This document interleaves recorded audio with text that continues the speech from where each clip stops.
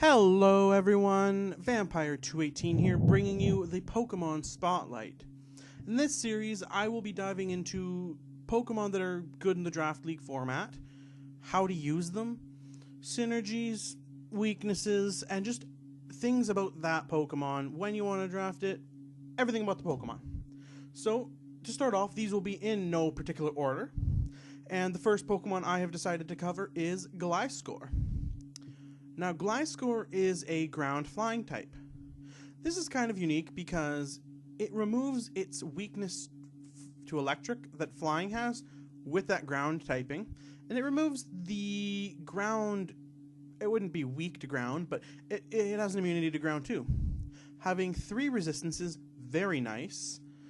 Only weak to one type and extremely weak to another type. So, overall, very good typing effectiveness. Looking at its stats, we see that it has a pretty good speed at 95, okay special defense and health, 45 special attack, so clearly not going to be a special attacker, a very good defense at 125, and 95 attack being an okay attack. We see that it is in the OU tier. I would suggest picking up Gliscor round 2 or round 3 if you're forced to OU, or wait till the middle / a little bit later in the draft.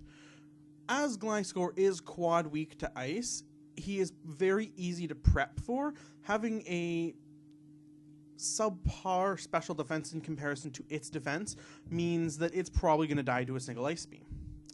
Now, looking at its abilities, it gets Hyper Cutter, which nobody really uses. It gets Poison Heal and Sand Veil. Now, Sand Veil is used the least, or isn't used the least, Hyper Cutter is used the least, but Sand Veil has its place on the right sand teams. You can throw down a Bright Powder or Bright Clay or whatever on it, making its evasion even higher.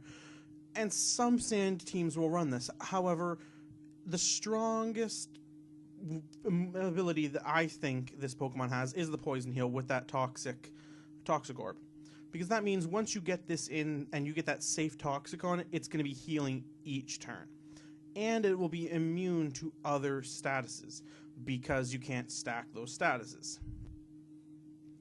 From its ability and its stats alone, it makes a very good tanky Pokemon on the defensive side.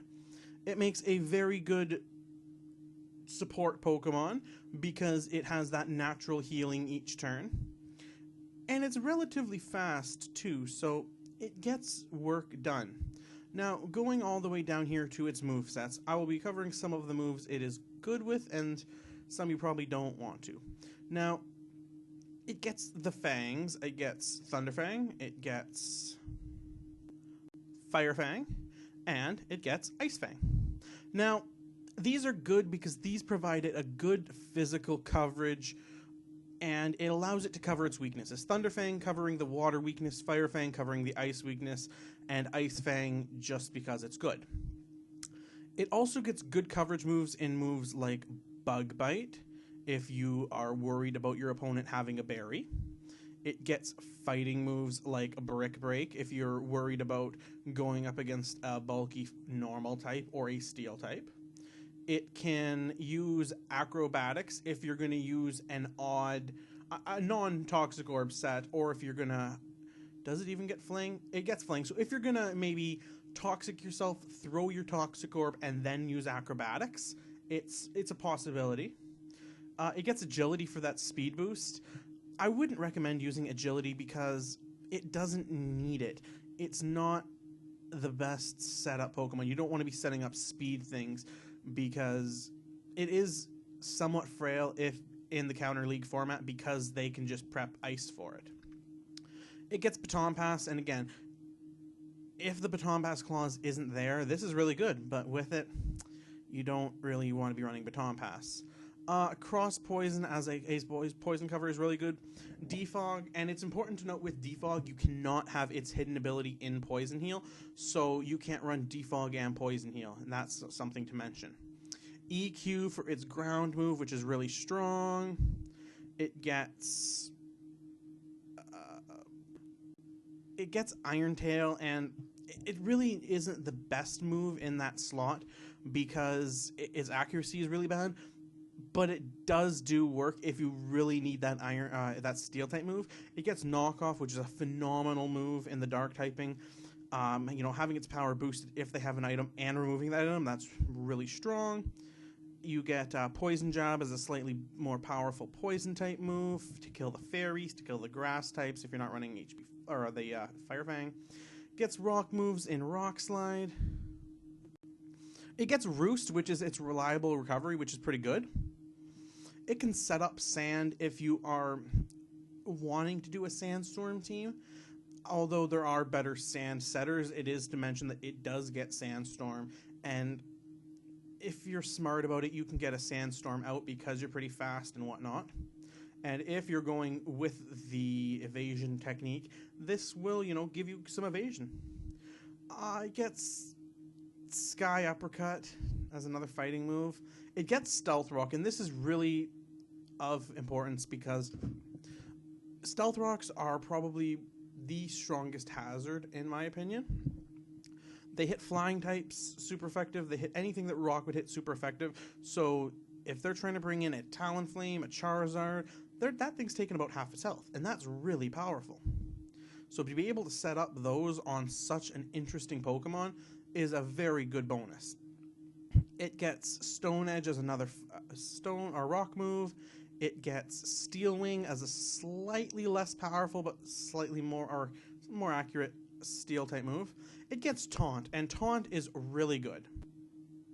It gets Substitute, and Substitute can be used on certain teams and against certain teams. Certain Sand teams might want you to set up a sub because it's just such reliable recovery that you could throw out Toxics and whatnot. So it is important that it gets sub. Most Pokemon get sub, but it is to note that it is a move that it can use better than less bulky mons. It gets Sunny Day, which again, probably not the best because it gets Sandstorm if you're trying to do a counter weather team. It gets Swords Dance, which is really interesting because if you're doing the whole sub route where you go in on, say, like a Blissey, as long as you spec right, a Blissey won't get through you. Or as long as you spec right, you can set up a free Swords Dance, and you can start hitting really hard. Tailwind, another very good setup move that it gets, doubling your speed and all your allies for 4 turns. Taunt's really good, and Taunt's really good because if you lead out with this, it's pretty fast, and it's probably going to outspeed whatever their rock setter is, whatever their web setter is, so you can prevent that, and then either force a switch out, or you get to get a couple free hits in, which is free damage. It gets U-turn, which is very good because you can set this up with a fast electric type, and you can Volt Turn. And it is off the screen here, but it does get X-Scissor as another bug type move, a slightly more powerful bug type move, so that is important to note. Now, going over the synergies, going over the synergies first, this synergizes really good with a fast electric type because you can Volt Turn. It pairs really good on a Sand team if you want to run Sandveil, and even without Sandveil, it is pretty good on a Sand team because the ground type means it's not losing health to Sandstorm. It also goes very good with Pokemon that have high special defense because you can form a little bit of a defensive core. You can have this as your defensive mon and another mon as your special defensive mon, and you have a good setup there. Now, a Pokemon with Water Absorb goes very good with this because you can predict a water type move and switch in the Water Absorber, and it pairs really good with water types in general because of that ice resistance, so you get to predict. And that immunity to electric allows Gliscor to absorb that electric attack that the water type might take.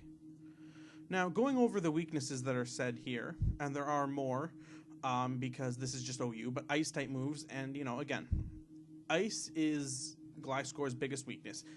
An Ice Beam will probably kill it. Mons like Weevil, Mamoswine, Thunderous, they say. But there are other Mons too. Because this is a counter league, you should be predicting that HP Ice. The water types, you'll see probably a lot of Manaphy's and other good water type Mons that'll probably be packing a Ice type move as well. So you need to be predicting that. You might want to, again, you have to pair up with a good water type to counter these two.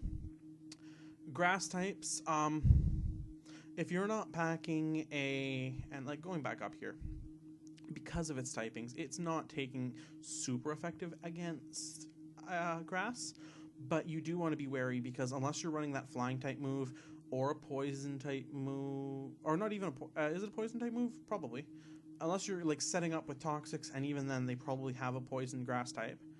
You really need to be aware of if they're going to bring grass type, because grass types can wall this thing pretty good.